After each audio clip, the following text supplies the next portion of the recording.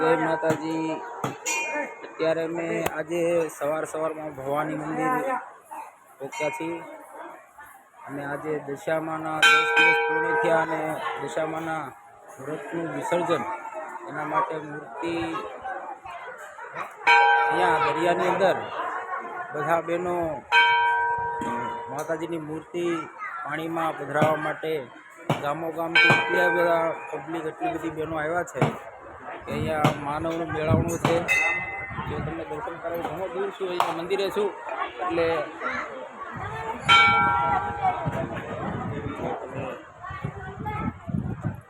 દરિયે તો મેળો હોય એવું છે। અહીંયા મંદિરે છું, અહીંયા પણ ઘણા ભક્તો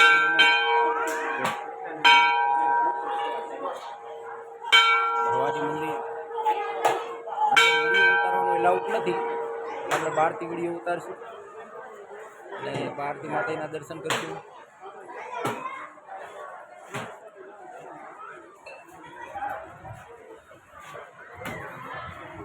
અહીંયાથી હજી અમે ઊંચા કોટડા જવાના છીએ અને તમને ત્યાં પણ ઊંચા કોટડા માતાજીના દર્શન કરાવીશ, દરિયાના પણ દર્શન કરાવીશ, પ્રસાદી લેવાના છે ત્યાંથી